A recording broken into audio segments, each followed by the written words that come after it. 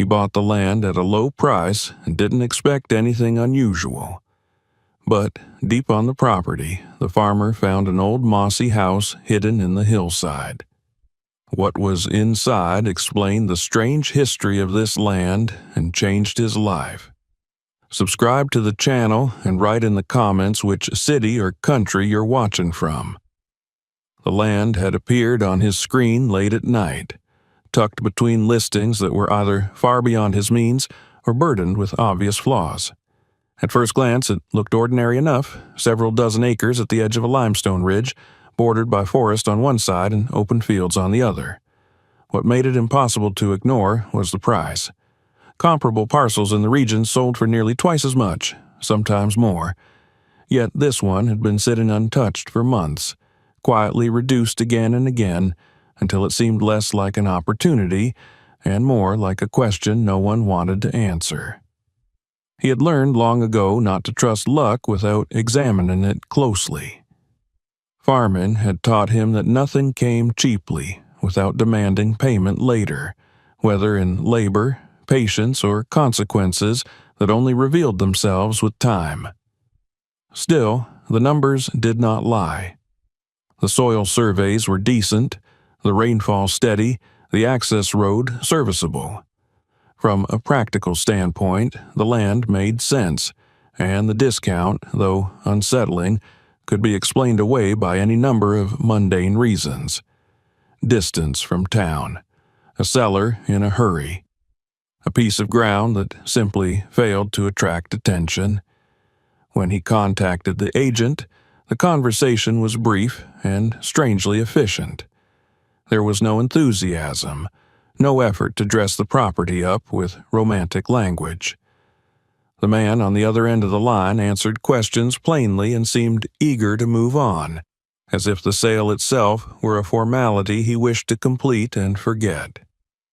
The explanation for the price came easily enough.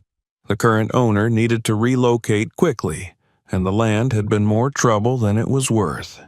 Taxes, upkeep, no time to manage it properly, nothing that raised an obvious red flag, yet nothing that fully settled the unease either.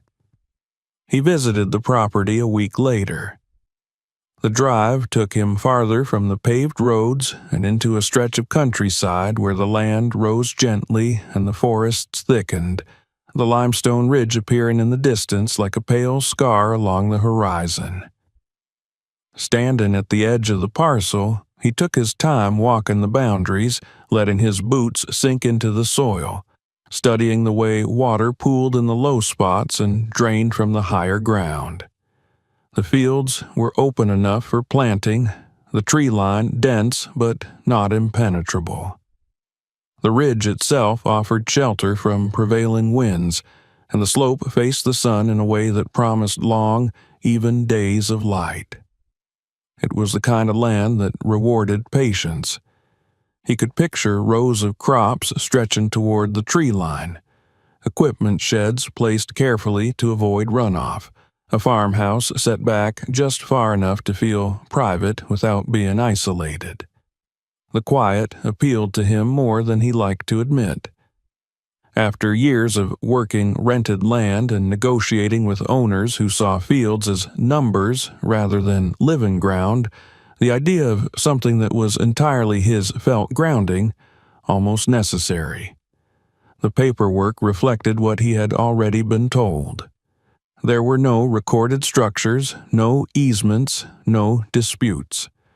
Ownership passed cleanly from one name to another, though the timeline seemed oddly thin, with long stretches where the land appeared untouched, then suddenly transferred again after only a few years.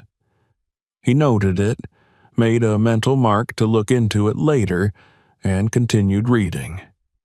On paper, there was nothing to stop him. He signed. The first weeks after the purchase were consumed by the usual tasks: clearing brush, marking future planting areas, testing soil, bringing in equipment. The land responded well at first, almost eagerly, as if relieved to be worked again. Grass bent beneath the tires of his tractor, insects scattered, birds lifted and resettled along the fence line. It felt alive in the way good land always did, responsive and honest. It was near the limestone ridge that the first oddities emerged. The ground there resisted him in small but persistent ways. When he tried to level a narrow strip for future access, the tractor lurched unexpectedly, one wheel sinking slightly before catching again. He climbed down, expecting soft soil or a hidden rock, but found neither. The earth felt firm beneath his boots, yet when he drove a metal rod into it, the resistance changed abruptly a foot below the surface, as if he had struck a hollow pocket rather than solid ground. He marked the spot and moved on, only to encounter the same thing again 20 yards away. Then again, the pattern bothered him. Natural sinkholes and voids were not unheard of in limestone country, but they rarely arranged themselves so neatly. After a rainfall, these areas behaved differently as well. Water drained faster there, leaving the surface dry while surrounding soil remained dark and damp. Grass grew thinner, its color just a shade paler, as if something beneath was altering the ground above it. As he worked, he became more aware of the land under his feet in a way that went beyond sight. Certain areas sounded different when he walked across them, his steps producing a faintly hollow note that vanished as soon as he moved on. At night, when the wind shifted and moved through the ridge, he thought he could hear subtle changes in the sound it made, a low, uneven resonance that seemed to come from below rather than across the surface. He told himself not to read too much into it. Limestone landscapes were full of quirks, and experience had taught him that imagination often filled gaps that knowledge had not yet reached. Still, he began keeping informal notes, sketching rough maps of where the soil behaved strangely, where equipment faltered, where water refused to linger. Without quite meaning to, he found his attention drawn repeatedly to the same section of land at the base of the ridge. There were other signs, smaller and easier to dismiss. Old metal stakes half buried along the forest edge, too rusted to identify and placed in a curve that did not match any modern boundary. Faint depressions running through the undergrowth, barely visible unless the light struck them at the right angle, suggesting paths that had once been walked often enough to wear the ground down. They led toward the ridge and then simply disappeared, swallowed by brush and stone. When he mentioned the land casually to a neighboring farmer, the conversation stalled. The man shrugged, offered a vague comment about the ridge being difficult ground, and changed the subject. Another neighbor laughed softly and said the land had always been restless, a word that sounded more like a habit than a belief. No one offered specifics. No one asked questions. It was as if the parcel existed just far enough outside the shared narrative of the area to be ignored. The deeper he moved into his work, the more he felt that the land was uneven in ways that had nothing to do with geology. Not hostile, exactly, but reserved, as if it had been shaped by intentions that were no longer visible. He found himself slowing down near the ridge, listening more carefully, testing the ground before committing weight to it. At night, he lay awake in the small trailer he used while preparing the land, replaying the day's discoveries in his mind and telling himself repeatedly that there were always explanations. Yet the sense of something withheld persisted. It was not fear, not yet, but a growing awareness that the land had been altered deliberately at some point in its past.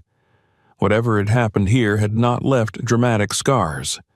No ruins stood in plain sight. No stories circulated openly. Instead, there was absence. Clean records, quiet neighbors. A price that discouraged curiosity by rewarding silence. By the time he finished mapping the first planting area, His attention had narrowed almost unconsciously towards the slope of the ridge. He did not yet know what he was looking for, only that the answers to his questions were not spread evenly across the land. They clustered there, beneath the pale stone and the thin layer of soil, in a place that resisted both machinery and easy explanations. Standing at the edge of the field one evening, watching the light fade across the ridge, he felt a subtle shift in his understanding of the purchase he had made. The land was not empty. It had simply been quiet for a very long time, and whatever lay beneath its surface had waded through ownership changes, through decades of neglect and brief attempts at use, until someone finally stayed long enough to notice that the ground itself was trying, in its own restrained way, to be remembered. The ridge drew him back again and again in the days that followed, not through any deliberate decision, but through a quiet insistence that settled somewhere beneath conscious thought. Each morning he planned his work elsewhere, telling himself he would return to the uneven ground later, once more practical matters were settled. And each afternoon he found himself drifting towards the base of the limestone slope, tools in hand, attention narrowing as the light shifted and revealed details he had somehow missed before. It was during one of these unplanned returns that he first noticed the hill that was not a hill. At a distance, it blended perfectly into the ridge. The slope rose gently, its surface covered in grass, low shrubs, and a thick quilt of moss that followed the natural contours of the land. Nothing about it demanded notice. Yet, as he approached from below, walking along a line he had marked earlier, the geometry of the rise began to feel wrong. The curve was too even, the crest too deliberate. The grass grew differently there, shorter and more uniform, as if rooted in a layer of soil that did not quite belong. He stopped several yards away and studied it from different angles, shifting his position slowly, letting the afternoon sun cast long shadows. Only then did the outline reveal itself. What he had taken for a natural swell in the earth had edges, faint but unmistakable, where the slope broke at subtle right angles before softening again beneath decades of growth. The structure was not exposed. It was disguised patiently and effectively by time itself. When he stepped closer, his boot brushed against a section where the moss gave way to something firmer beneath. He knelt and pressed his palm against the surface. The ground did not yield as it should have. Beneath the thin soil layer was something solid, something that did not shift or crumble under pressure. He scraped gently with a gloved hand, careful not to damage whatever lay beneath, and uncovered a patch of tightly packed sod resting on a surface that felt distinctly flat. His pulse quickened, not with fear, but with recognition. This was not erosion. This was construction. Working slowly, he cleared a wider section, revealing the unmistakable curve of a roof buried deliberately under earth and vegetation. It was low, built to avoid attention, its profile hugging the land rather than rising from it. The sod had been laid carefully, layer upon layer, until the structure disappeared into the ridge itself. From a few steps away, it vanished completely, reclaimed by grass and shadow. The sides were harder to trace, but persistence paid off. As he followed the slope toward the ridge, he found stonework where the stone should not have been. Blocks fitted together without mortar, their seams softened by time but still legible to the eye. The stones were of the same limestone that formed the ridge, cut and shaped to match it so closely that they became nearly invisible once weathered. He circled the structure slowly, taking it in piece by piece. It was not large, not the kind of building meant to be seen or admired. It was functional, restrained, and purposeful. Whoever built it had understood the land intimately and had gone to great lengths to ensure that the finished result appeared natural, inevitable, as if it had always been there. The entrance revealed itself only after he had nearly given up looking for it. A darker recess in the stone, partially obscured by a fallen branch and a tangle of vines, resolved into a doorway so low he had to crouch to examine it. The wood was old, its surface rough and gray, reinforced with iron straps that had long since rusted into the grain. There was no handle, no latch visible from the outside, only a narrow gap where the door met the frame. He hesitated before touching it. The land around him was silent, the kind of deep, layered quiet that came only from distance and disuse. No road noise reached this far. No voices. Only the faint rustle of leaves higher up the ridge and the sound of his own breathing. When he pushed, the door resisted at first, then shifted inward with a sound that was more sigh than creak.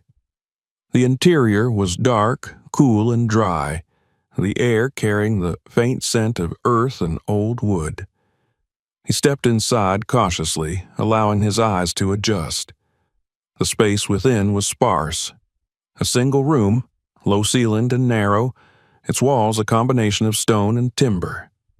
The floor was hard-packed earth, worn smooth by use. Along one wall stood a rough table, its surface scarred by years of work. Shelves lined another, holding the remnants of containers that had long since collapsed or been carried away. An old iron stove sat cold and empty near the back, its pipe disappearing into the stone above. What struck him most was not what was present, but what was absent. There was no sign of violent damage, no indication that the place had been ransacked or burned. The decay, he saw, was slow and patient, the kind that came from time rather than force. Objects lay where they had been left, not scattered, not overturned. A cracked mug rested on the table. A length of rope hung from a peg by the door. It felt as though whoever had lived here had simply stood up one day and walked away. He moved carefully through the room, noting details as he went. The construction was practical, even ingenious in places. The stone walls thickened toward the ridge, providing insulation and stability. Small openings near the ceiling allowed light and air to filter in without revealing the interior to anyone outside. Everything about the space suggested restraint and intention. Yet the sense of incompleteness lingered. A place like this should have had more. Storage, a cellar, somewhere to keep supplies safe and hidden. The room felt like an antechamber rather than a home, a surface presence meant to disguise something larger. His attention was drawn to the floor near the center of the room, where the dirt appeared slightly darker, more compacted. A scrap of fabric lay there, half rotted and stiff with age, its pattern barely visible beneath the dust. He nudged it aside with his boot, and the sound changed abruptly. Beneath the thin layer of soil was metal. He knelt again, brushing away dirt until a dull, rusted surface emerged, unmistakably artificial. A seam ran along one edge, precise and straight, disappearing beneath the floor. The fabric, he realized, had once been a rug, laid carefully to hide what lay beneath. The realization settled slowly, bringing with it a shift in the weight of the room. This was not merely a forgotten dwelling, it was a cover. He stood and took a step back, letting the full implication sink in. The absence of the structure from official records, the strange behavior of the ground, the deliberate silence of neighbors. All of it pointed toward this moment. Toward the discovery of something that had never been meant to be found casually, if at all. He left the room as he had found it, pulling the door closed and stepping back into the fading light. From the outside, the structure vanished again into the ridge, its presence erased by shadow and vegetation. He marked the location carefully, committing it to memory rather than leaving obvious signs. That night, as he reviewed old property maps and digital records once more, the omission stood out more starkly than ever. The land was described as undeveloped across every document he could access.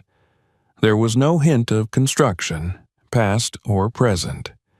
Even older survey maps showed only the ridge, sketched as a continuous natural feature without interruption. The conclusion was unavoidable. The sod house had not simply been forgotten, it had been excluded. By the time he shut down his computer, the questions had multiplied beyond easy dismissal. Who had built the structure, and why had they gone to such lengths to hide it? Why leave behind a place so carefully made, without fire or ruin, to explain its abandonment? And, most unsettling of all, what lay beneath the metal he had uncovered, sealed away beneath a floor that had been meant to be walked across without a second thought. Sleep came late and lightly. His dreams were filled with images of buried spaces and closed doors, of rooms beneath rooms, of history pressed flat beneath layers of earth and silence. When morning arrived, it carried with it not relief but a steady resolve. Whatever waited below that sod-covered roof was no longer just a curiosity of the land. It was part of the land's story, and, by extension, part of his own. He returned to the ridge at first light, tools packed carefully, movements deliberate. The surface had revealed its secret. The deeper truth, he suspected, waited just beyond the rusted edge of the metal hidden beneath that quiet, unassuming room. Morning light reached the base of the ridge slowly, filtering through the trees and catching on the pale limestone long before it touched the ground below. He arrived early, earlier than he had planned, drawn by a sense of momentum he could not easily explain. The sod-covered structure looked unchanged in the dawn light, its outline once again dissolving into the slope as if the discovery of the day before had been no more than a trick of shadow and imagination. Yet he knew better now. Once seen, it could not be unseen. Inside, the air felt the same as before, cool, dry, preserved. Dust motes hung briefly in the beam of his flashlight before settling again, undisturbed. The room greeted him with the quiet familiarity of a place that had been entered before and left respectfully. Nothing had shifted overnight. Nothing had collapsed. The stillness seemed intentional, almost guarded. His attention returned immediately to the center of the floor, to the place where the worn scrap of fabric lay half-folded, its purpose finally understood. He knelt beside it and lifted it carefully, resisting the urge to pull or tear.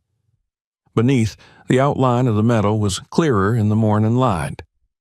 The surface was mottled with rust, darkened by age, but the shape was unmistakable. This was no improvised hatch, no casual covering. It was a door.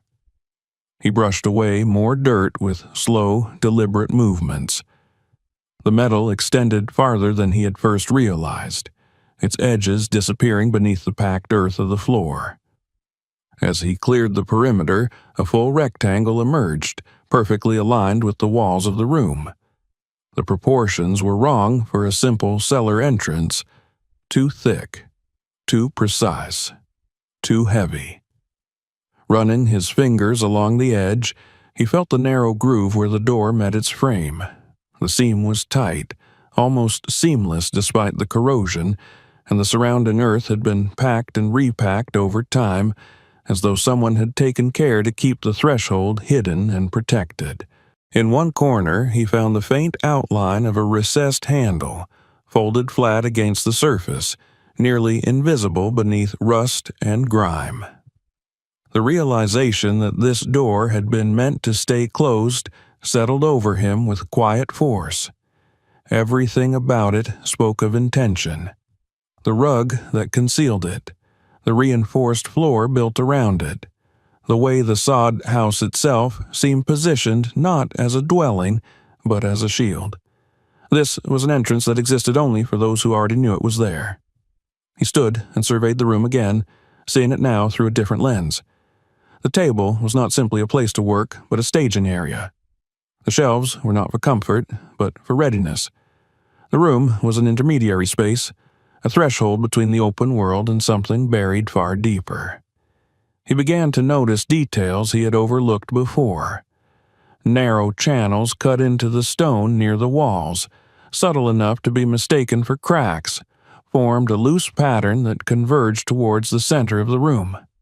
Ventilation, he realized, air drawn down, guided, controlled. The system was crude by modern standards, but effective, and it confirmed what the door had already suggested. Whatever lay beneath was not shallow, and it was not small. The question of opening it pressed at the edges of his thoughts, but he resisted acting on impulse. Years of working the land had taught him the value of preparation, of understanding before intervention. He stepped outside again, letting the daylight ground him, and walked the perimeter of the structure once more. This time he followed the stonework more closely.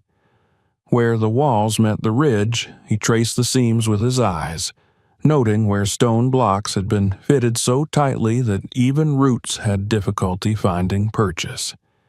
In several places, he found narrow vertical gaps disguised as natural fractures in the limestone. Holding his flashlight up to one, he saw faint movement of dust deep within, stirred by air currents. Vent shafts, carefully placed, carefully hidden. The thought unsettled him. This was not the work of someone hiding briefly or acting in desperation. It was the product of planning, labor, and a deep understanding of concealment. Whoever built this place had expected to remain unseen, perhaps indefinitely. Back inside, he examined the door more closely. The hinges were not exposed. Whatever mechanism allowed it to open was internal, protected from tampering and corrosion. He found no obvious locking system on the surface, no padlock or bolt that could be forced easily. Instead, there were faint impressions around the recessed handle, marks left by repeated use long ago.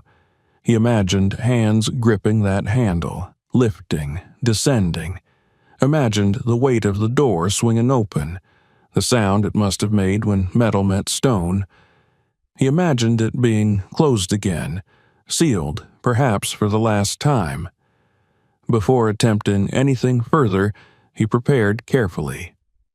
He brought additional light sources, tested batteries, and laid out tools in deliberate order. A coil of rope rested near the wall, sturdy enough to bear weight. He pulled on gloves, more out of respect for the age of what he was touching than fear of injury. When he finally returned his focus to the door, the room felt different. Not hostile, but expectant. He folded back the remaining fabric and cleared the last of the soil from the seam. The handle resisted at first, stiff from decades of disuse, but yielded slowly as he applied steady pressure. The sound that followed was low and deep, a metallic groan that echoed briefly before being swallowed by the space below. The door lifted only a few inches before its weight asserted itself, forcing him to adjust his grip and brace his stance. With effort, he raised it enough to reveal darkness beneath, dense and absolute, as if the earth itself had opened its mouth. A rush of air escaped from the opening, cool and dry, carrying a faint scent of stone and iron. It was not the smell of decay or rot, but of preservation. He shone his flashlight downward, and the beam cut through the darkness to strike a set of iron rungs descending into the void. They were fixed firmly into the stone, spaced evenly, disappearing beyond the reach of the light. He paused there, heart steady but alert, allowing himself a moment to absorb the significance of what he was seeing. This was not a simple underground room. It was an access point to something designed to remain hidden, something that extended beyond the surface world in both space and purpose. Before descending, he examined the edges of the opening.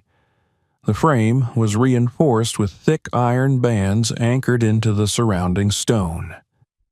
The craftsmanship was rough but confident, the work of people accustomed to building with what they had, adapting techniques to their environment.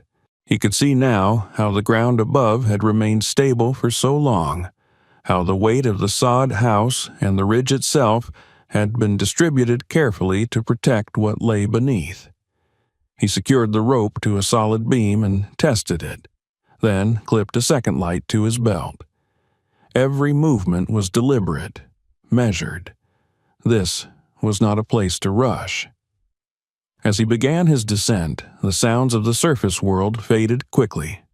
The light from above narrowed to a pale rectangle, then to a thin line, before disappearing entirely as the door settled back into place under its own weight. The only illumination now came from his flashlight, its beam revealing stone walls that bore the marks of tools rather than erosion. The latter ended at a narrow landing, opening into a corridor that extended in both directions. The air was still but breathable, confirming the effectiveness of the ventilation he had observed above. The walls were close, the ceiling low enough to force him to bend slightly, reinforcing the sense of compression and concealment. He stood there for a long moment, listening. There were no sounds of movement, no dripping water, no distant echoes. The silence was complete, profound, as if the space had been waiting for his arrival without expectation or urgency. Turning slowly, he swept the light along the corridor, revealing stonework that was more refined than he had anticipated. The walls had been smoothed, reinforced in places with timber supports that, remarkably, showed little sign of rot. The floor was level, worn in subtle places by repeated passage long ago. This was not a cave adapted for use. It was a structure carved and built with intention. He took a single step forward, then another, the beam of his light moving ahead of him as the corridor opened into a larger space.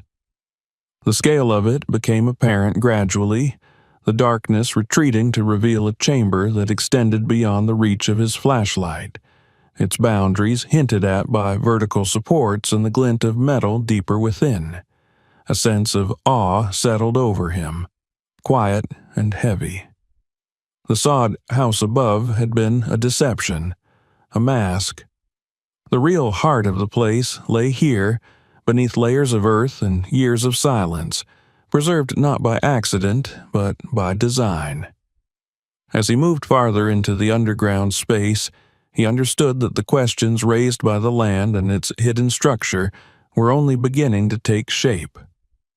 The door he had opened was not an ending, but a threshold, and whatever waited in the darkness ahead would demand more than curiosity. It would demand understanding, patience, and a willingness to confront a past that had been deliberately buried. Behind him, unseen, the iron door rested once more in its frame, sealing the surface world away. Ahead, the subterranean chamber waited, vast and intact, holding the weight of a story that had been cut off from daylight for generations, yet had lost none of its power to be revealed. The chamber revealed itself gradually, as though reluctant to surrender its full dimensions all at once. His light moved across stone and timber, catching on edges, retreating into shadow, then returning to illuminate details that reshaped his understanding of the space with each step forward. What had first appeared to be a single open room resolved instead into a carefully organized underground structure, its scale disguised by darkness and its logic revealed only through movement. The air was cool but not oppressive. It carried the neutral scent of stone, old wood, and iron, untouched by rot or stagnant moisture. Each breath confirmed what the ventilation shafts above had promised. This place had been designed to remain habitable. He paused often, listening for any change in sound, any sign that the space resisted intrusion. Nothing answered him. The silence was complete, not empty but contained, as if held in place by the surrounding rock. As his eyes adjusted, he began to discern the layout. The corridor opened into a central area that functioned as a junction, from which narrower passages extended in measured directions. The floor beneath his boots was not raw earth, but compacted and leveled, worn smooth along certain paths by repeated passage long ago. The wear patterns were subtle but unmistakable, a quiet record of daily movement preserved beneath the surface. He followed one of the passages and emerged into a smaller room whose purpose became clear almost immediately. Along the walls stood the remnants of sleeping arrangements, wooden frames fixed directly into the stone, their surfaces darkened by age and use. In some places, scraps of fabric still clung to the wood, brittle and faded, suggesting mattresses or blankets long since reduced to fragments. The spacing between the frames told a story of shared confinement, of bodies arranged with efficiency rather than comfort. The room did not feel abandoned in the careless sense. Nothing had been scattered or stripped away. Instead, it carried the quiet order of a place left behind intentionally, its contents deemed either too heavy, too personal, or too revealing to remove. He imagined the people who had slept here, rising in the dim light of oil lamps or candles, careful to make as little noise as possible, their routines shaped by the knowledge that the world above could not be trusted. Beyond the sleeping area lay another chamber, larger and more densely arranged. Shelving units lined the walls, some collapsed under their own weight, others still standing stubbornly upright. On them rested containers of various sizes. Wooden crates reinforced with iron bands, glass jars clouded with age, metal tins sealed tightly against air and moisture. Many were empty now, their contents consumed long ago, but enough remained to suggest the scale of preparation that had taken place. He examined a crate near the entrance and found its lid loose. Inside lay the residue of dry goods reduced to dust, but the interior was remarkably intact. No signs of water damage, no evidence of animals. The seal had held. This realization sent a quiet shock through him. This place had not been merely hidden. It had been protected, maintained, and then sealed with care. Moving deeper, he noticed how the chambers flowed into one another without wasted space.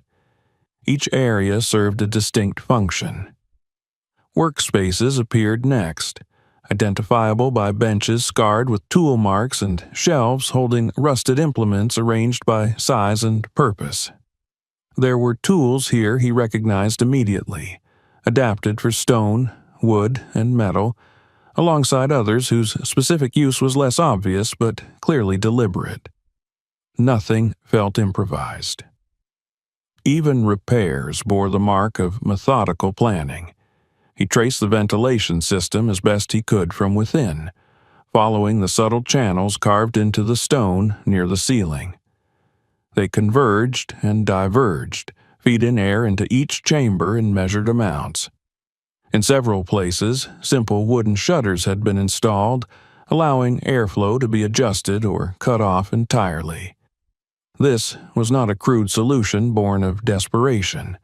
It was a system refined over time, altered as needs changed, maintained with discipline. In a narrow side room he found evidence of water management. Shallow grooves ran along the floor, guiding moisture toward a central drain that disappeared into the stone.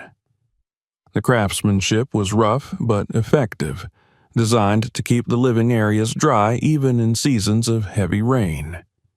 He could see where sediment had been cleared repeatedly, where someone had taken responsibility for the ongoing survival of the space rather than assuming it would endure without care.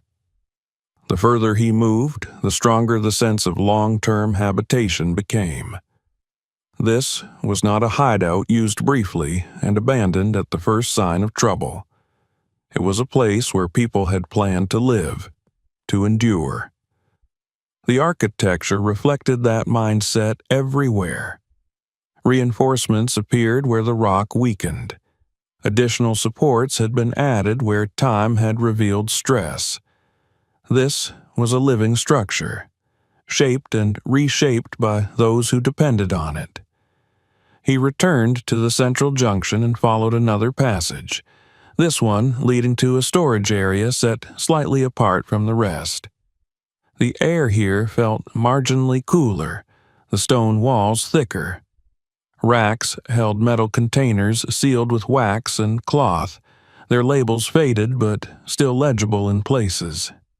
Dates marked the passage of time, each line a reminder that supplies had been monitored carefully, rationed, and replenished whenever possible. In one corner, he found a collection of personal items stored together, distinct from the practical goods. Small objects, carefully wrapped and placed side by side, spoke of lives lived under constraint. A broken comb, a child's carved toy smoothed by countless touches, a stack of folded paper tied with string, set apart as something worth preserving even when space and safety were at a premium. The presence of these items shifted his perception of the bunker from an engineering feat to a human refuge. As he moved through the chambers, he began to understand how the sod house above fit into the larger design. It was not simply an entrance, it was a decoy, a buffer between the underground world and the surface. Anyone stumbling upon it would see a modest, abandoned structure and likely move on. Only those who knew where to look would find the door beneath the floor, and only those who understood its weight and purpose would open it. The realization brought with it a deeper respect for the builders.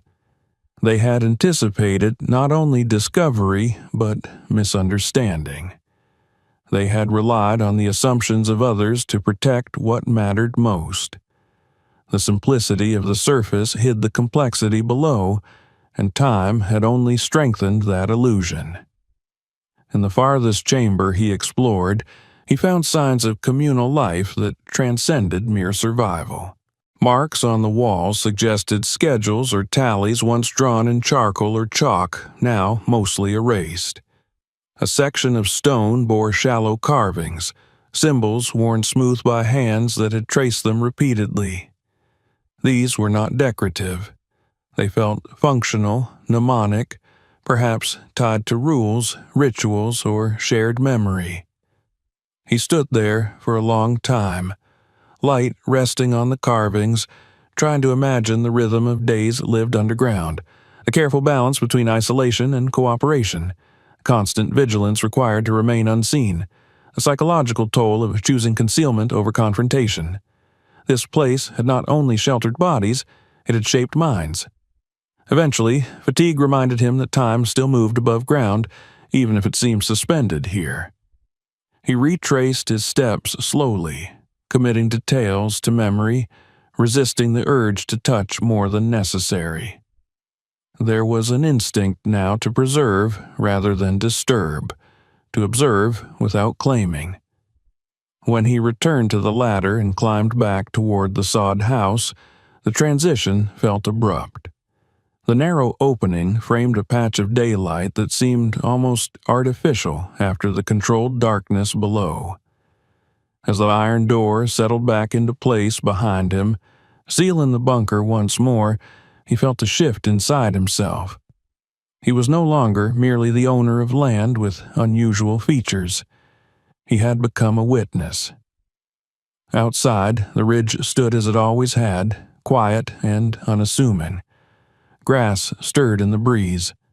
Birds moved through the trees without regard for what lay beneath their feet.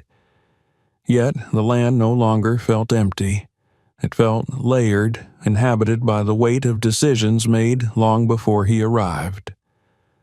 As he stepped away from the hidden structure and back into the open field, he understood that what he had found was only the physical framework of a much larger story.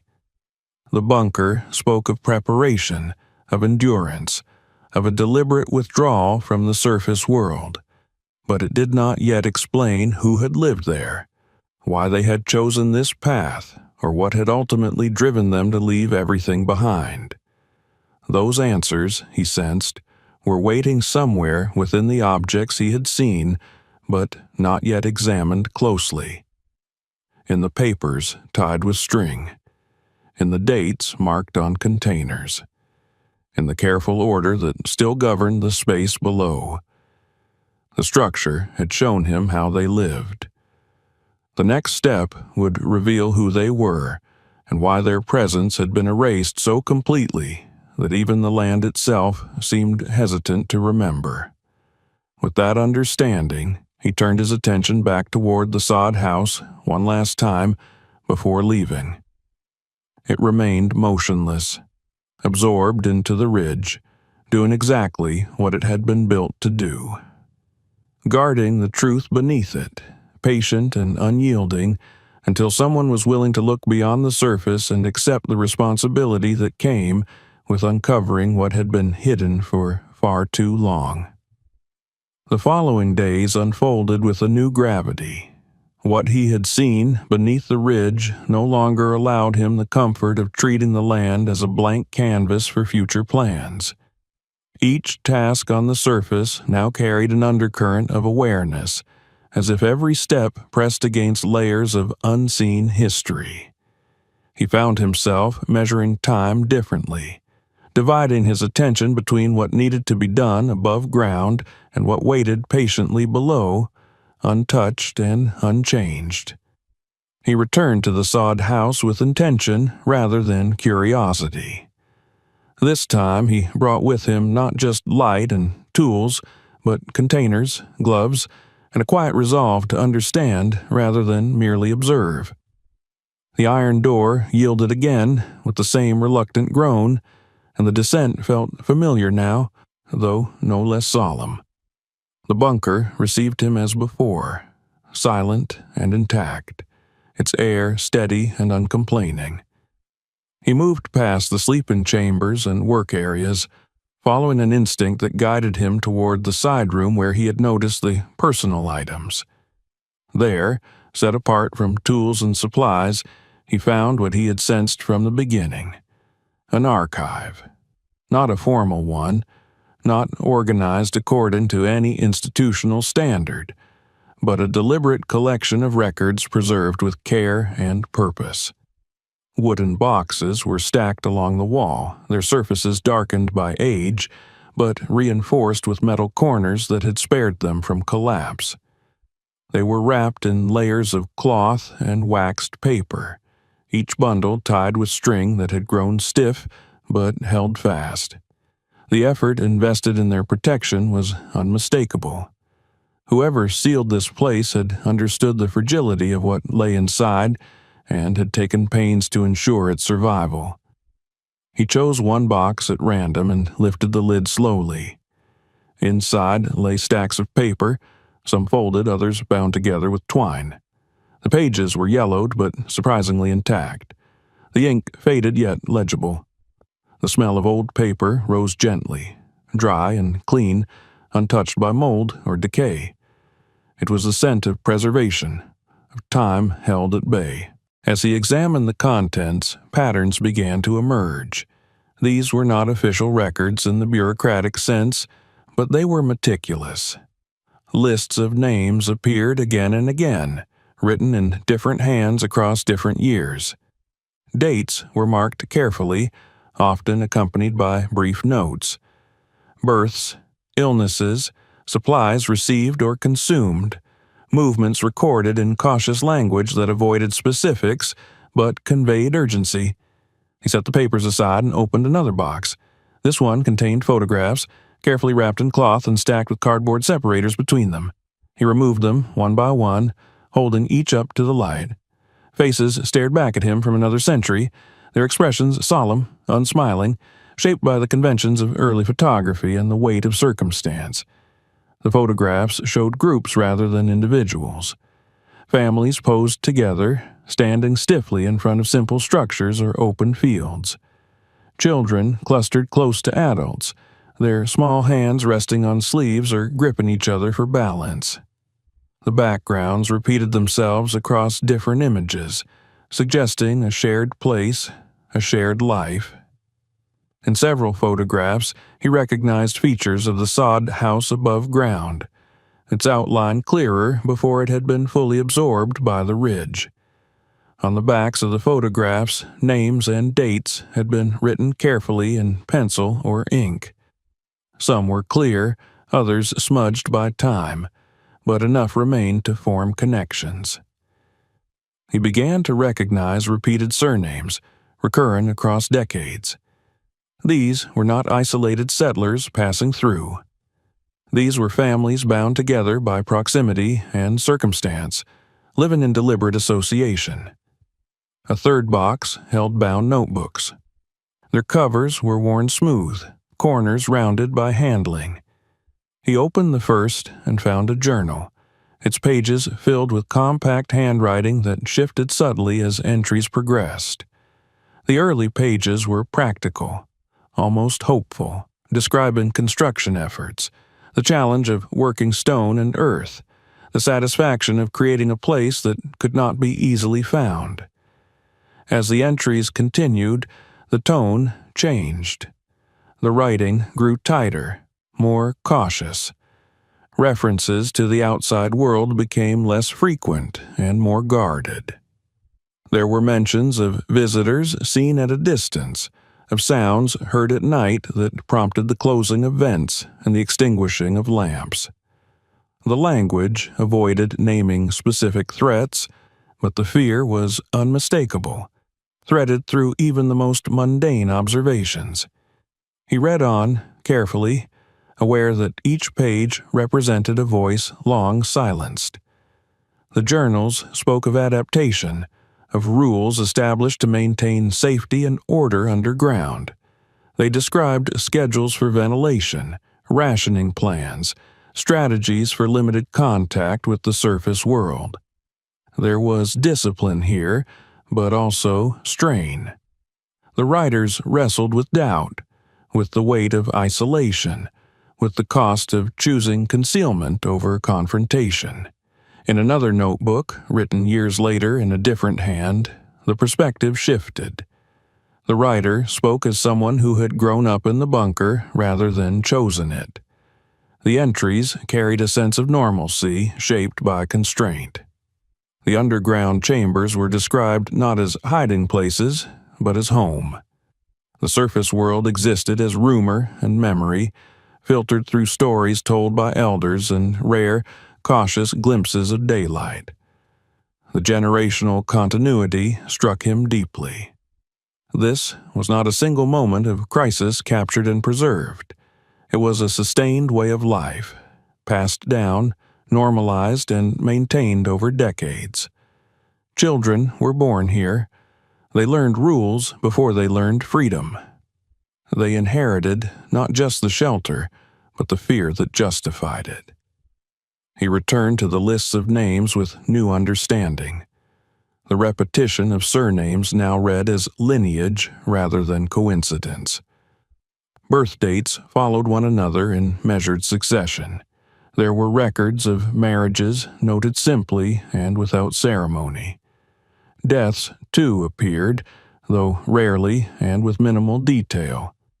No mention of burials, no indication of where the dead were laid to rest. Only dates and initials, as if the act of recording was itself an act of restraint. One bundle of papers stood apart from the rest. It was smaller, wrapped more tightly, sealed with care. When he opened it, he found correspondence. Letters written but never sent, their addresses left blank or scratched out. The language was cautious, even apologetic, as if the writers understood that reaching outward carried risks they could not afford. Some letters described disputes over land, pressure from authorities, unnamed groups demanding compliance or departure. Others spoke of decisions made collectively, of choosing concealment over exposure. The writers wrestled with the morality of their choice, aware that disappearing from official records meant surrendering recognition, rights, and protection. Yet the alternative, whatever it had been, was clearly considered worse. As he pieced the fragments together, a clearer picture began to form. These families had not fled randomly or retreated out of eccentricity. They had been pushed, gradually and persistently, into a corner where the only remaining option was to remove themselves from view. The bunker was not merely a refuge from nature, but from society itself. The final pages of the journals were the hardest to read. The entries became sporadic, dates skipping months, then years. Supplies grew scarce, rules tightened, mentions of vent closures and extended periods without surface access increased. The writers spoke of watching the world above change from a distance, of recognizing that returning openly was no longer possible. And then the writing stopped. There was no final explanation, no dramatic account of catastrophe. The last entry ended mid-thought, the ink trailing off as if the writer had been interrupted or had chosen, suddenly, to stop. The absence of closure was more unsettling than any explicit tragedy could have been. It suggested not a single decisive end, but a gradual unraveling, a point at which recording the truth no longer felt safe or useful. He closed the notebook and sat back, the weight of what he had learned settling over him. The bunker was no longer just an impressive feat of hidden construction. It was a record of lives lived under pressure, of choices made in fear and maintained through discipline. The disappearance of these families was not a mystery in the conventional sense. It was the outcome of a long process, one that left no dramatic trace on the surface but reshaped everything beneath it. As he carefully returned the documents to their boxes, he felt a growing sense of responsibility. These were not artifacts to be admired from a distance. They were evidence of existence, of erasure. The land he owned now held not only soil and stone, but the documented memory of people who had been forced to choose invisibility as a means of survival. When he finally sealed the boxes again and stood to leave, the bunker felt different. Less like a hidden space waiting to be discovered, and more like a vault that had fulfilled its purpose too well. It had protected its contents, preserved them beyond the reach of time and indifference. But it had also ensured that the truth remained buried, unseen, for far longer than anyone inside could have intended. As he climbed back toward the surface, the question that pressed against his thoughts was no longer what this place was or how it had been built. It was what had ultimately happened to the people who recorded their lives so carefully, only to vanish from history without a trace. The answer, he sensed, would not be found in the bunker alone. It would require looking outward, beyond the ridge, into the official records and silent spaces of the world that had driven these families underground in the first place. The knowledge he carried back to the surface weighed more than the boxes of documents he had left below. It followed him into the open air, into the ordinary light of day, and settled over the land with a presence that could not be ignored. The ridge no longer appeared merely ancient and quiet. It felt complicit, shaped not only by geology but by human choice, by the accumulated pressure of lives pushed inward until stone and soil became their last refuge. He did not rush to tell anyone what he had found. The instinct to speak, to share the discovery, was tempered by what the journals had taught him. Words had consequences. Visibility carried risks. The people who built the bunker had learned that lesson at great cost, and he was not prepared to disregard it lightly. Instead, he turned to records, to the scattered fragments of official memory that existed beyond the ridge. His search began locally. County archives, digitized records, aging newspapers scanned and indexed by volunteers long after the events they described. He worked patiently, cross-referencing names from the journals with whatever traces he could find. The results were uneven, frustratingly incomplete. Some names appeared briefly in census rolls, then vanished. Others surfaced only once, attached to land deeds or minor legal disputes, before disappearing again without explanation. What struck him most was not the presence of gaps, but their consistency. Entire families seemed to fade out of the record at roughly the same time. The phrasing used to describe their absence was vague and interchangeable. Moved on. Location unknown. No further contact. There were no death certificates, no probate records, no formal acknowledgement that these people had ceased to exist. The bureaucracy had not recorded an ending. It had simply stopped looking. As he traced the timelines forward, he began to see the pattern more clearly.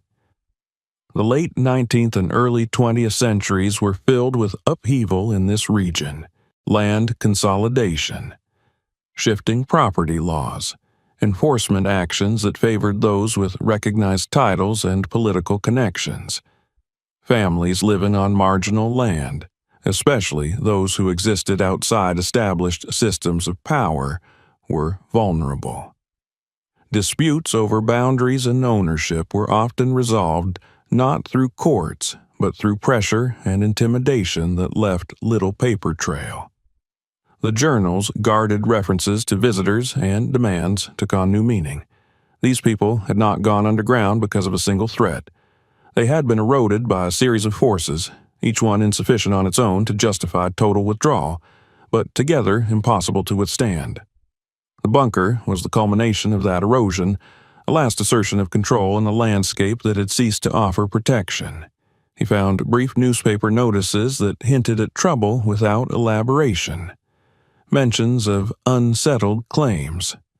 Reports of families abandoning holdings near the ridge. In one instance, a short article described a cluster of homes found empty, their occupants gone without notice. The tone was casual, almost dismissive, as though such disappearances were an inconvenience rather than a tragedy. No follow-up appeared in later issues. The absence of investigation was itself revealing. At a time when authorities were eager to enforce laws and assert control over land, the disappearance of entire families should have prompted inquiry. Instead, the records suggested relief. Vacated land simplified matters. It removed complications. Silence served administrative efficiency. He compared the official timelines with the dates recorded in the bunker. The overlap was undeniable.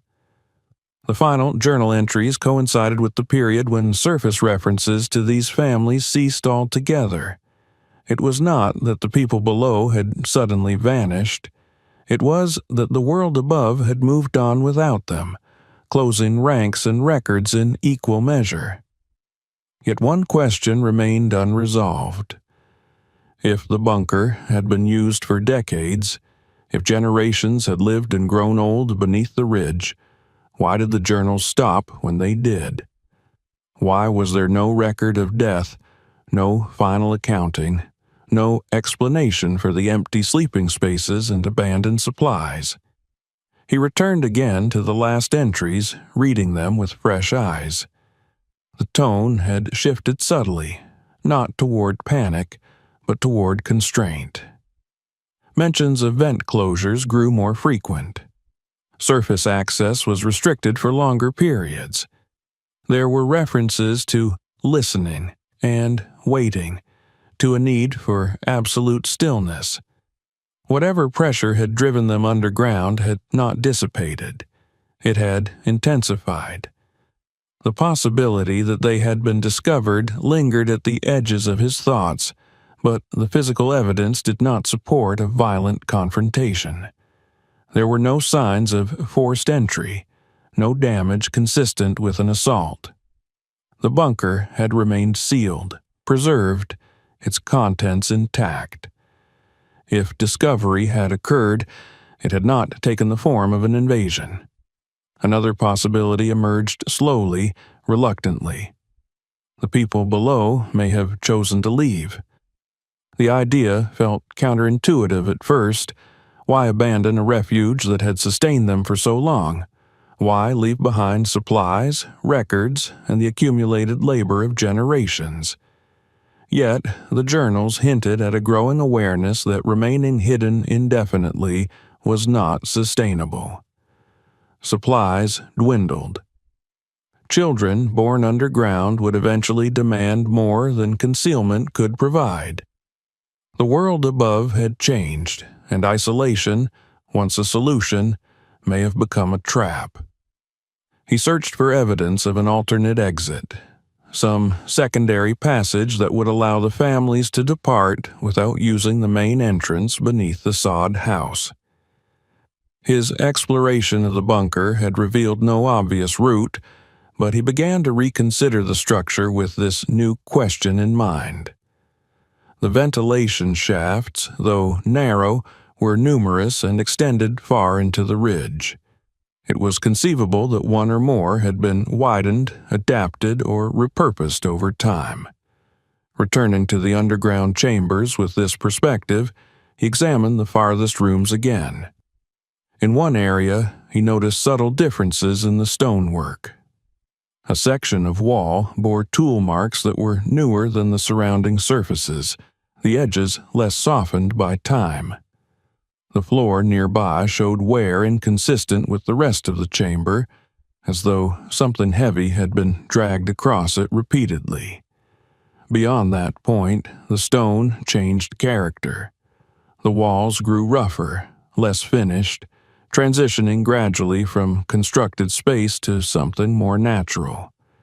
He followed the passage carefully, noting how the air moved differently there, drawn toward a narrow opening that disappeared into shadow. The opening was not large, not a tunnel that could be walked through upright.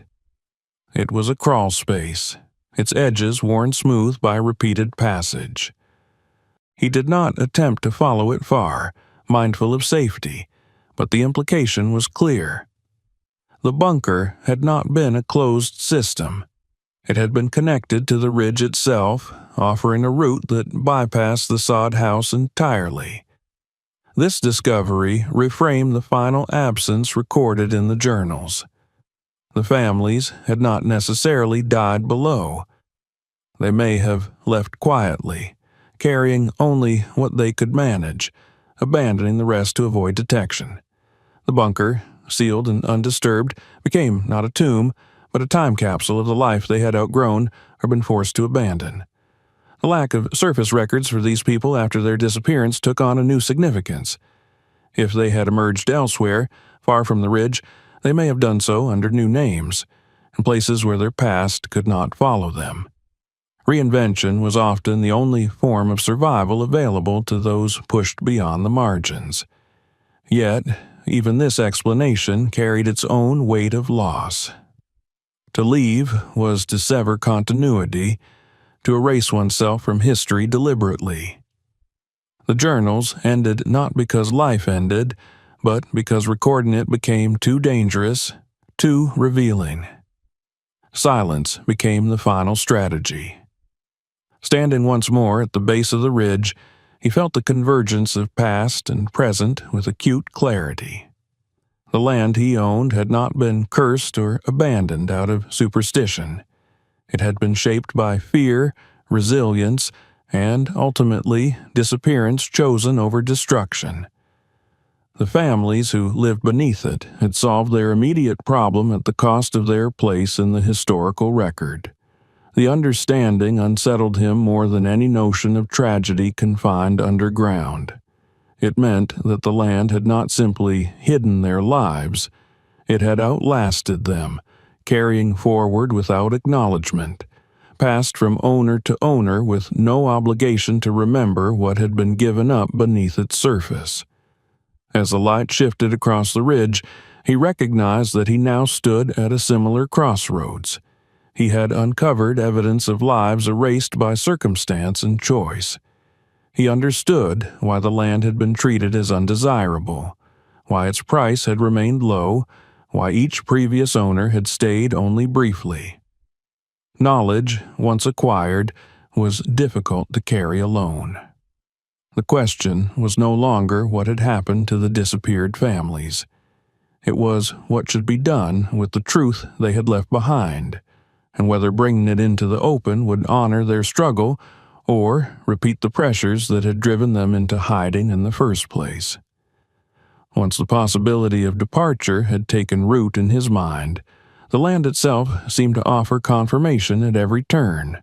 What he had once interpreted as neglect or simple misfortune now revealed itself as a pattern shaped by avoidance.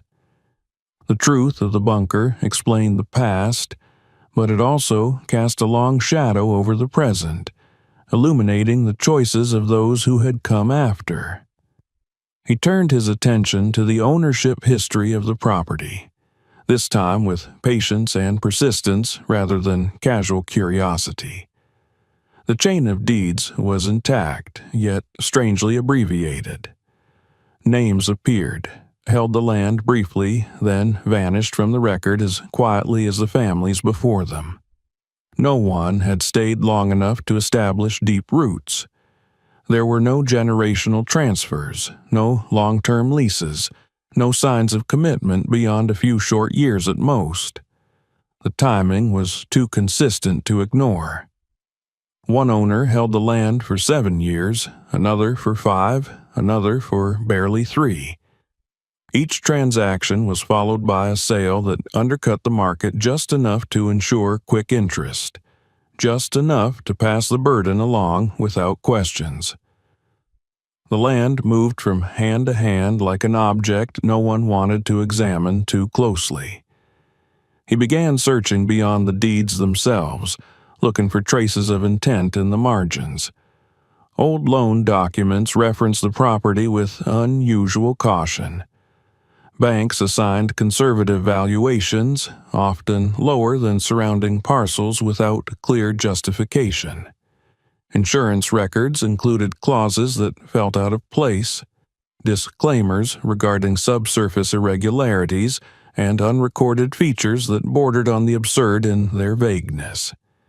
At first glance, these clauses appeared generic, the kind of legal language designed to protect institutions from unlikely contingencies. But when viewed in the context of the bunker, they took on sharper meaning. Someone, at some point, had known enough to be careful without stating why. He followed the trail into correspondence, digging through archived letters and scanned documents connected loosely to previous owners. Most were mundane, concerned with taxes, boundaries, and maintenance. But scattered among them were hints of unease. A letter requesting clarification about ground stability near the ridge. A complaint about equipment damage attributed vaguely to unexpected subsurface conditions. A note expressing concern about features not disclosed at purchase, followed by silence.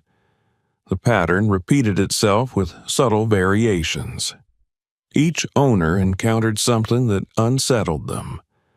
Not enough to provoke public action, not enough to justify legal confrontation, but sufficient to erode confidence. And rather than investigate further, they chose the simplest solution. They left. He spoke again with neighbors, this time with more direct questions. The responses were measured, careful.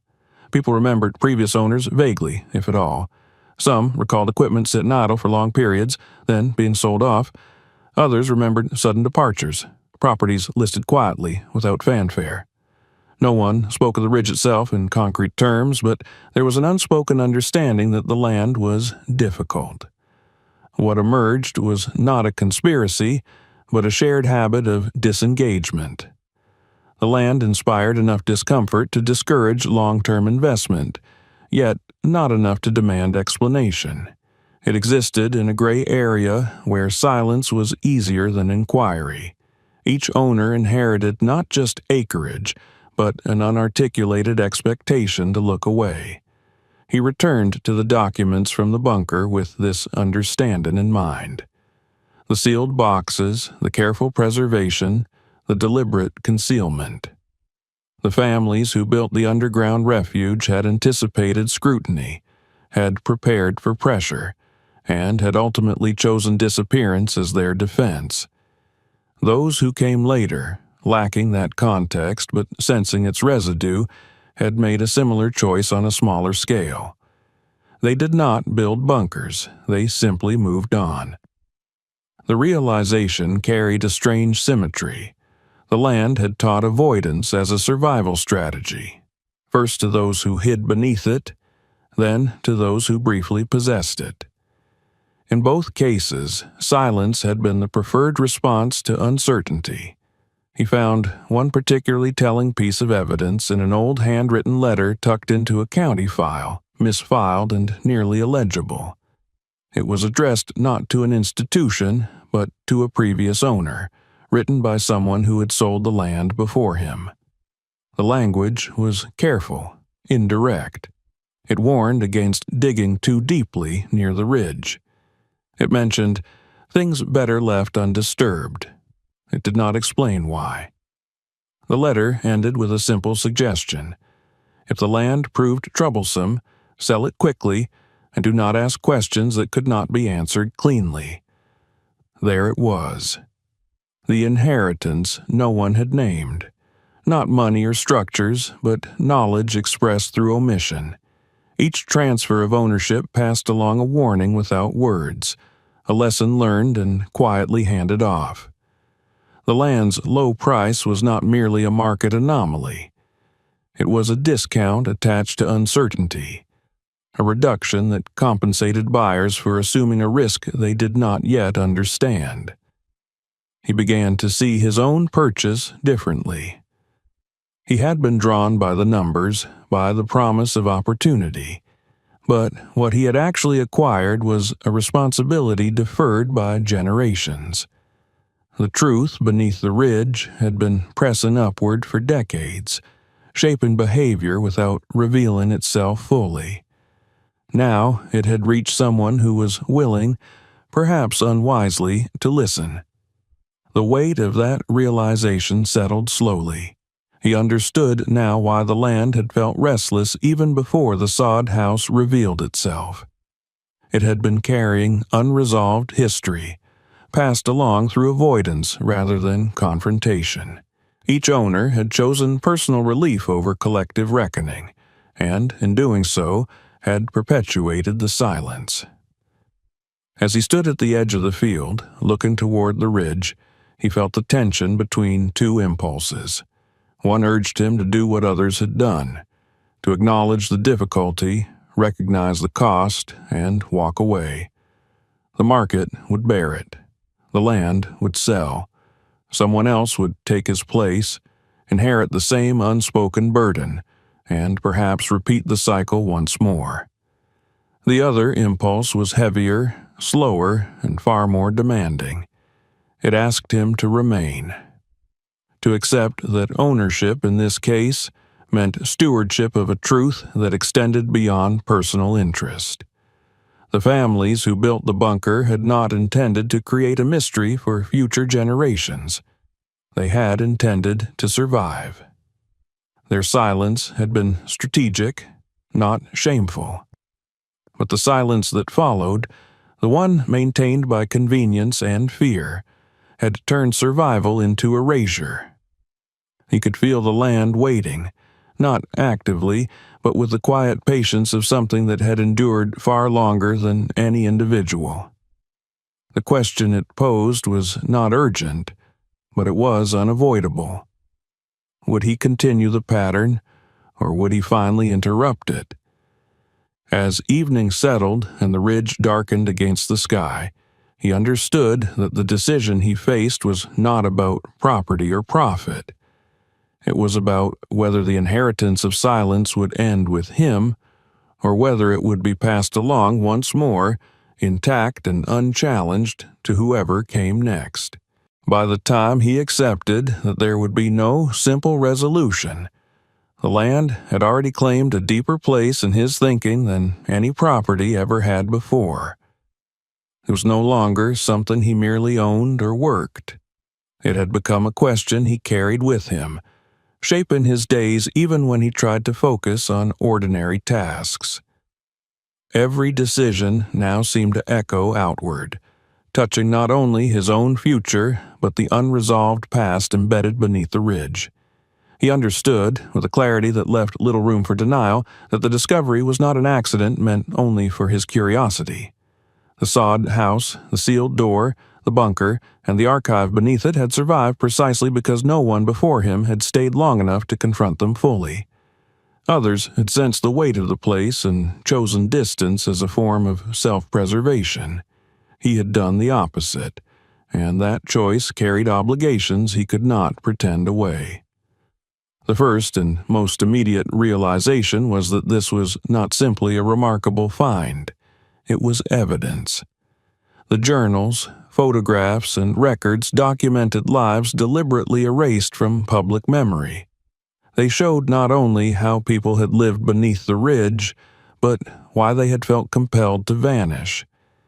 To treat these materials as curiosities or personal possessions would be to repeat the same quiet injustice that had followed the families for more than a century. At the same time, he could not ignore what public exposure might bring. He had seen enough of how institutions responded to inconvenient truths to know that good intentions did not guarantee respectful outcomes. If authorities became involved, the land could be seized or restricted, the bunker reclassified as a historical site, its contents removed and cataloged by people with little patience for nuance. The family's story, once controlled and preserved with care, could be flattened into a headline or reduced to a footnote stripped of its human complexity. He imagined the consequences with unsettling clarity. Surveyors and officials marking off sections of his field, journalists speculating freely, filling gaps with conjecture, tourists drawn by fascination rather than understanding. The ridge itself transformed from a place of quiet endurance into a spectacle. The thought left him uneasy, not because he feared losing the land, but because he feared losing the dignity of the story it contained. Yet, sealing the bunker again and choosing silence carried its own cost. Doing nothing would align him with the long line of owners who had benefited, however indirectly, from avoidance. It would preserve his comfort at the expense of truth. He would continue farming, perhaps prosper, all while knowing that beneath his feet lay a meticulously documented history of people who had been denied recognition even in their disappearance. The land, in that scenario, would remain cheap not just in market value, but in moral terms. Its story would stay buried, and the inheritance of silence would pass through him unchanged. As days passed, he found himself returning again and again to the journal's final pages. The abrupt ending no longer felt like a mystery to be solved, but a boundary drawn intentionally. The families had chosen when to stop recording themselves. They had understood that survival sometimes required erasure, but they had also preserved enough for someone, someday, to understand what had been lost. That someone, he realized, was now him. The responsibility was not to speak recklessly, nor to remain mute, but to choose a path that honored both the fear that had driven the families underground and the resilience that had sustained them there. The story did not belong to institutions or audiences hungry for revelation. It belonged to the people who had lived it, and, by extension, to the land that had sheltered them. He began to consider a quieter form of action: preservation rather than exposure, documentation without spectacle. He secured the bunker carefully, improving its stability without altering its structure. He cataloged the contents thoroughly, creating records that could survive even if the physical materials someday could not. He consulted historians discreetly, not for publicity but for guidance on ethical preservation, seeking counsel from those who understood that some histories required patience and restraint. The decision did not absolve him of risk. Even discretion carried the possibility of discovery, but it allowed him to remain present rather than retreating into the familiar comfort of denial. It allowed him to act as a steward rather than an owner in the narrow sense. Gradually, his relationship with the land changed again. Farming resumed its rhythm, but with a heightened awareness of what lay beneath. The ridge no longer felt like an obstacle or a mystery. It felt like a boundary between worlds, one visible and one hidden, both deserving care. The soil above the bunker grew crops as it always had, nourished by the same rain and sun, unaware of the layered history it supported. He understood now why the land had always been undervalued, not because it was unproductive, but because it carried truth that demanded more than transactional ownership. It asked something personal from those who held it. Most had declined to answer. As seasons passed, the urgency he once felt softened into resolve. The land did not demand immediate confession or dramatic reckoning. It asked for continuity, for respect, for the refusal to erase what had already been erased once. In choosing to stay, to learn, and to preserve, he broke the pattern not through confrontation, but through presence.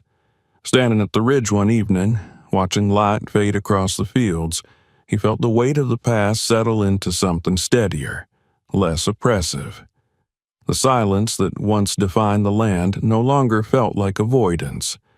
It felt intentional, chosen not out of fear, but out of care. The bunker remained sealed, not forgotten, but protected. The families who had lived there were no longer invisible, even if their story was not shouted into the world. The inheritance he had received was not the land itself, but the choice of what to do with what it contained. By refusing to pass that choice along untouched, he altered the future of the place in a way no deed ever could. The ridge stood unchanged, ancient and patient. Beneath it, the preserved chambers waited, no longer as a burden of silence, but as a testament held in trust. And above it, life continued, grounded not in ignorance, but in the quiet understanding that some truths endure best when they are guarded with care rather than consumed by noise. The land was no longer cheap, not because its price had risen, but because its value had finally been acknowledged. If this story made you think, subscribe to the channel so you don't miss what comes next.